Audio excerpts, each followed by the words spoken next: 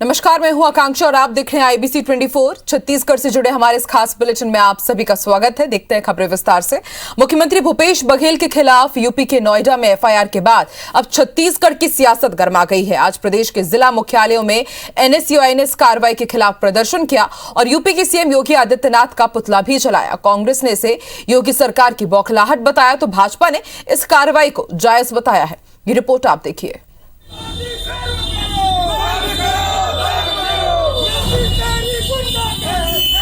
NSUI का ये गुस्सा भड़का है छत्तीसगढ़ के सीएम भूपेश बघेल के खिलाफ यूपी के नोएडा में एफआईआर के बाद। चुनाव आयोग की ओर से प्रचार के लिए निर्धारित कोरोना गाइडलाइन के उल्लंघन पर एफआईआर दर्ज होने के बाद छत्तीसगढ़ में सियासत गर्मा गई है। इसी के विरोध में एनएसयूआई ने प्रदेश के कई जगहों पर योगी आदित्यनाथ का पुतला जलाया। नरेंद्र मोदी द्वारा लगातार उत्तर प्रदेश में रैलियां की जा रही है, कोविड प्रोटोकॉल का पालन नहीं किया जा रहा है, उनके ऊपर किसी प्रकार की कोई कार्रवाई नहीं की जा रही है। लेकिन माननीय श्री भूपेश बघेल जी के ऊपर उत्तर प्रदेश की योगी सरकार द्वारा किया गया एफआईआर के विरोध में आज एनएसयूआई योगी आदित्यनाथ का पुतला दहन कर रही है। सीएम भूपेश बघेल समेत पूरी कांग्रेस ने इस कार्रवाई पर सवाल उठाते हुए बीजेपी नेताओं के साथ चुनाव आयोग को भी घेरा है। कांग्रेस नेताओं ने इसे योगी सरकार की बौखलाहट बताया। लोग आ रहे हैं, मिल रहे हैं, तो कैसे करूं? आखिर चुनाव प्रचार किस प्रकार से होगा? और यदि ऐसा है तो निर्वाचन आयोग को बताना चाहिए, फिजिकली जाके बताना चाहिए कि इस प्रकार से होगा प्रचार, वो करके बता दें, हम लोग वैसे करेंगे। और यदि मुझ पर कार्रवाई की गई तो फिर अमरोहा में क्यों नहीं किया गया भारतीय जनता पार्टी प्रत्याशी के खिलाफ? उत्तर प्रदेश में योगी सरकार का जाना तय है, इसलिए बौखला कर हमारे मुख्यमंत्री माननीय भूपेश बघेल साहब के ऊपर में एफआईआर दर्ज किया गया है। जो चुनाव आयोग का गाइडलाइन है, उस गाइडलाइन के तहत हमारे मुख्यमंत्री डोर टू डोर प्रचार कर रहे थे। छत्तीसगढ़ के मुख्यमंत्री की शुरुआत यहाँ से क्यों हो रही है? एफआईआर करने का कोई सवाल नहीं है। लोगों के घर में डोर टू डोर जाकर के अगर अपनी कैंपेनिंग कर रहे हैं तो मैं समझता हूँ इसमें कहीं कोई प्रोटोकॉल का, कोरोना प्रोटोकॉल का, कोविड गाइडलाइन का तोड़ने जैसा सवाल नहीं है। तो ये दुर्भाग्यपूर्ण है। इधर सीएम के खिलाफ एफआईआर को छत्तीसगढ़ के बीजेपी नेताओं ने जायज बताया है। एफआईआर दर्ज हुआ है और इसमें योगी जी और मोदी जी का क्या रोल है?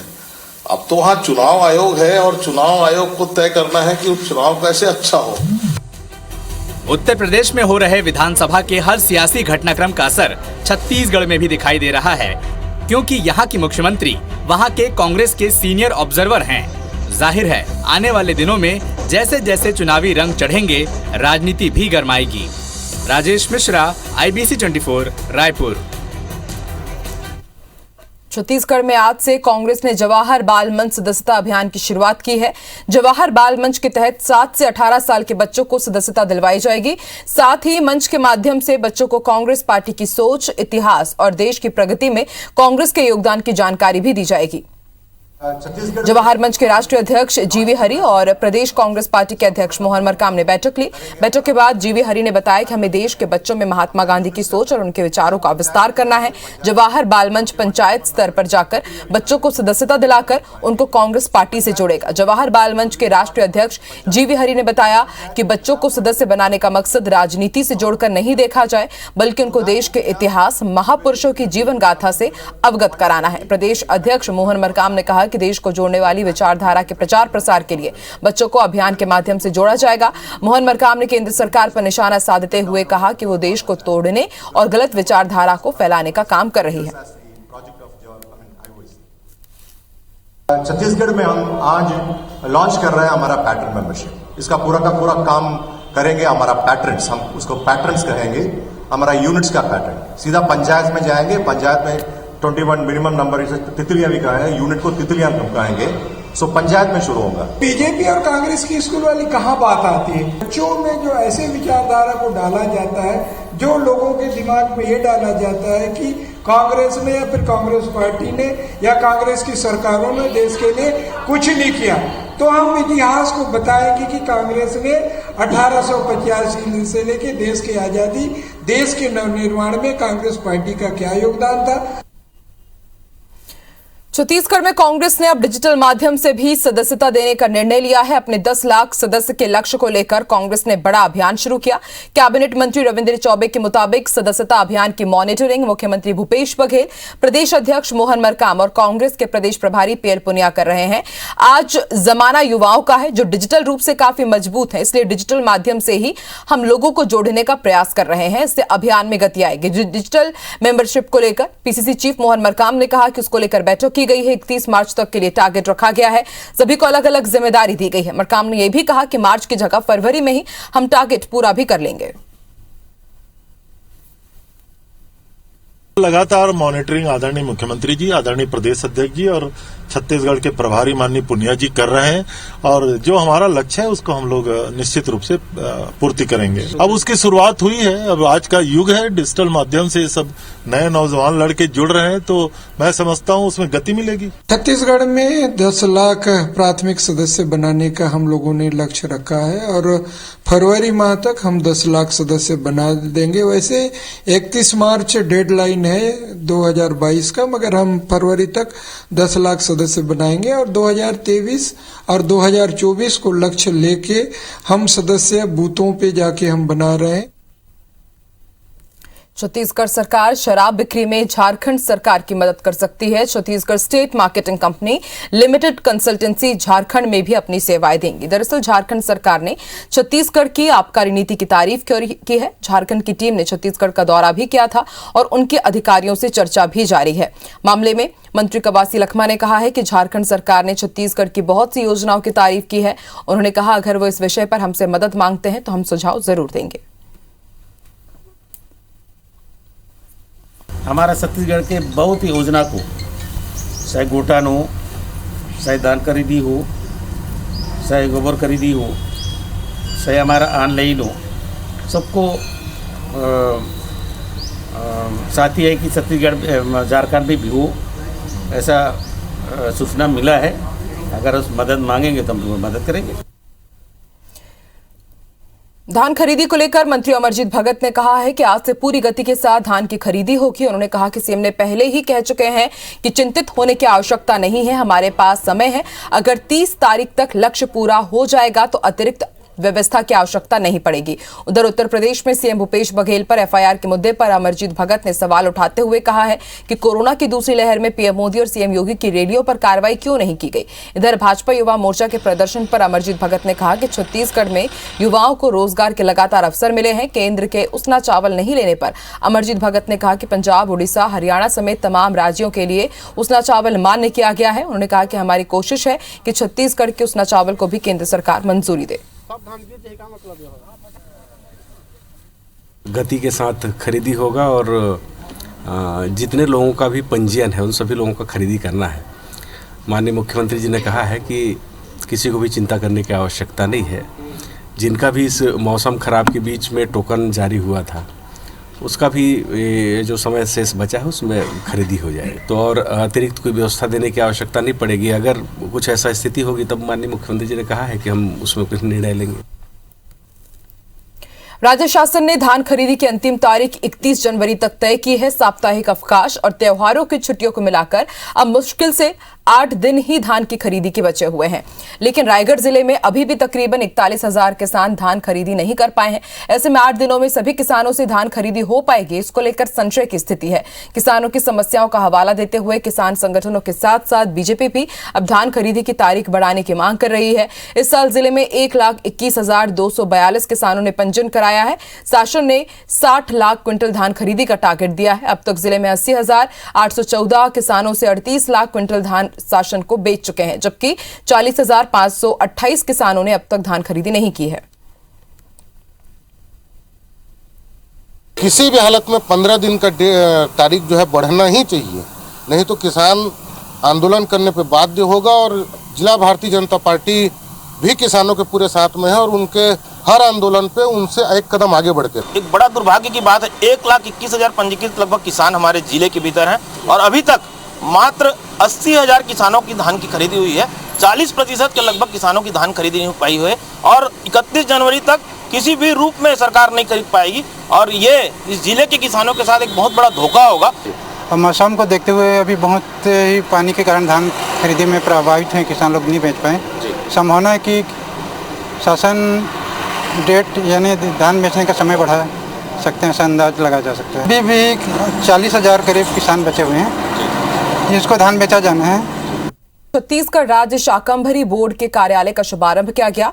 कृषि मंत्री रविंद्र चौबे ने इंदिरा गांधी कृषि विश्वविद्यालय परिसर लावंडी में का उद्घाटन किया। इस अवसर पर रविंद्र चौबे ने शाकंभरी बोर्ड के अध्यक्ष रामकुमार पटेल, सदस्य दुखवा राम पटेल, अनुराग पटेल, हरि पटेल, पवन पटेल को शुभकामनाएं देते हुए कहा कि छेरछेरा पर्व और शाकंभरी जयंती का छत्तीसगढ़ के जनजीवन में विशेष महत्व है। ये समृद्ध, दानशीलता और सामाजिक समरसता का पर्व है। दान देने और ग्रहण करने का ये पर्व छोटे बड़े के भेदभाव और अहंकार की भावना को मिटाता है। उन्होंने कहा, मुख्यमंत्री भूपेश बघेल ने छेरछेरा शाकंभरी जयंती के अवसर पर राज्य में छुट्टी की घोषणा की है। छत्तीसगढ़ में सब्जी भाजी की खेती करने वाले किसानों को प्रोत्साहन और शासन की योजनाओं का लाभ दिलाने के लिए शाकंभरी बोर्ड का गठन किया गया है। इस अवसर पर इंदिरा गांधी कृषि विश्वविद्यालय, कृषि विज्ञान केंद्र एवं उद्यानिकी विभाग के अधिकारी, कर्मचारी के साथ ही सामाजिक पदाधिकारी भी उपस्थित रहे।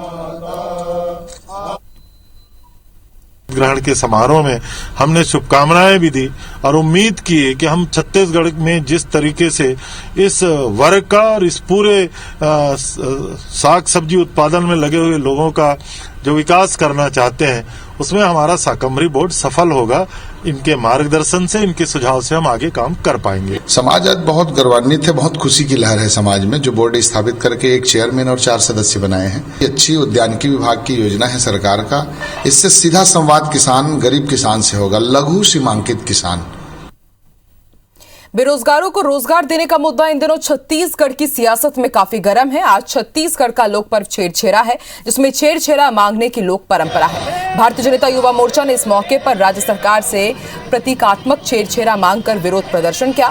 प्रदेश भर में भाजपा युवा मोर्चा के कार्यकर्ताओं ने सरकार को उसका वादा याद दिलाते हुए बेरोजगारी भत्ता मांगा। कहीं छेरछेरा नृत्य कर तो कहीं सड़क पर बैठकर प्रदर्शन किया गया। भाजपा युवा मोर्चा के प्रदर्शन पर कांग्रेस नेताओं का कहना है कि भाजपा के पास कोई मुद्दा ही नहीं है, लिहाजा वो नौटंकी कर रहे हैं।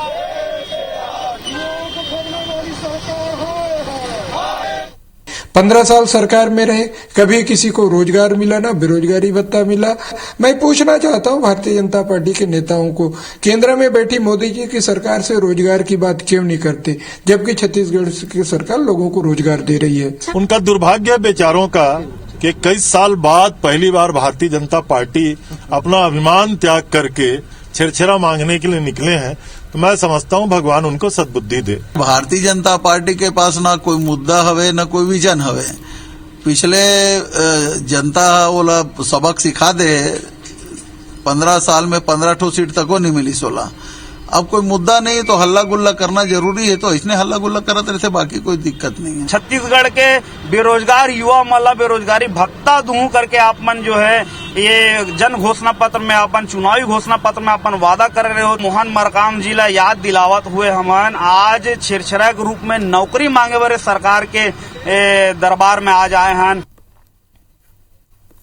छेरछेरा के मौके पर आज नवा रायपुर के प्रभावित किसान परिवार की महिलाएं अपनी मांगों को लेकर रायपुर स्थित सीएम हाउस पहुंची। उन्होंने मुख्यमंत्री से अपनी मांगे पूरी करने के लिए छेरछेरा मांगा। इन महिलाओं का एक समूह नगरीय प्रशासन मंत्री शिव कुमार डहरिया और वन मंत्री मोहम्मद के बंगले भी पहुंचा। मंत्री शिव कुमार डहरिया ने उन्हें बिठाकर उनकी बातें सुनी और उन्हें नाश्ता भी कराया। साथ ही कहा कि हम छेरछेरा त्योहार की परंपरा को निभाएंगे। उन्होंने कहा उनकी मांगों पर विचार किया जा रहा है। वहीं वन मंत्री मोहम्मद अकबर ने महिलाओं को 1 बोरा धान भेंट किया। आपको बता दें कि नई राजधानी के प्रभावित किसान करीब पखवाड़े भर से अपनी मांगों को लेकर धरने पर बैठे हुए हैं।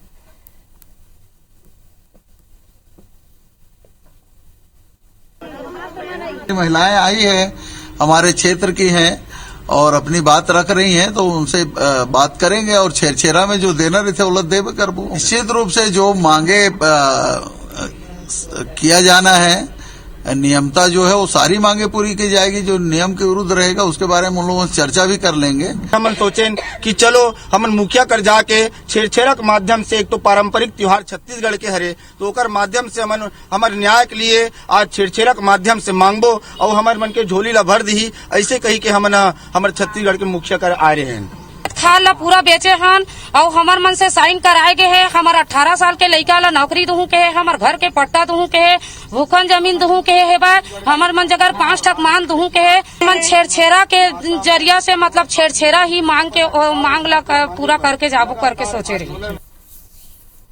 छत्तीसगढ़ में आज दान पर्व छेड़छेरा पूरे उत्साह के साथ मनाया जा रहा है। बच्चे सुबह से ही हाथ में दान पात्र लिए छेड़छेरा माई कोठी के धान ले हेर हेरा के जय घोष के संग फेरी लगा रहे हैं। बता दें कि किसानी के समापन के बाद किसान बच्चों को उनका हिस्सा दान पर्व छेड़छेरा के मौके पर भेंट करते हैं। इस पर्व में बच्चे बूढ़े जवान सभी टोलियों में छेड़छेरा मांगने निकलते हैं। ये पर्व सहकारिता की भावना को बढ़ावा देता है। पौष पक्ष पूर्णिमा को मनाए जाने वाले इस पर्व को पूरे प्रदेश में धूमधाम से मनाया गया। बालोद, खरोरा, महासमुंद, पिंडरा, बिलाईगढ़ समेत कई जिलों में छेड़छेरा का पर्व हर्ष उल्लास के साथ मनाया गया। तस्वीरें हम आपको दिखा रहे हैं।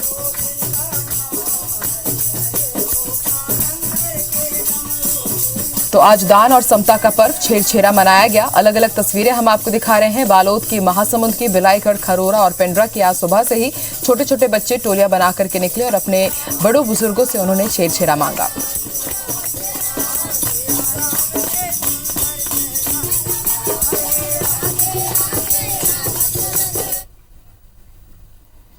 जशपुर के सन्ना में 8 साल के मासूम बच्चे के संवेदनशील अंग पर चोट पहुंचाकर धर्मांतरण करने के मामले में आरोपियों के खिलाफ कड़ी कार्रवाई की मांग की जा रही है। वहीं पीड़ित बच्चे और उसके परिवार को घासी समाज ने फिर से अपने समाज में शामिल कर लिया है। इस कार्यक्रम में पूर्व मंत्री गणेश राम भगत और सांसद गोमती साय के अलावा बड़ी संख्या में सरगुजा और जशपुर जिले से वनवासी भी शामिल हुए।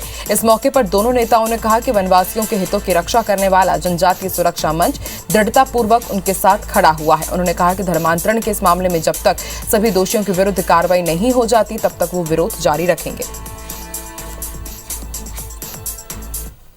कार्रवाई नहीं होती है तो हम सब लोग घासी समाज के साथ जन आंदोलन करेंगे और न्याय की मांग को लेकर के जहां भी आंदोलन करना होगा हम लोग करेंगे। और जनजाति एक बहुत मतलब साधारण और मतलब सरल प्रवृत्ति के जनजाति समुदाय के लोग होते हैं।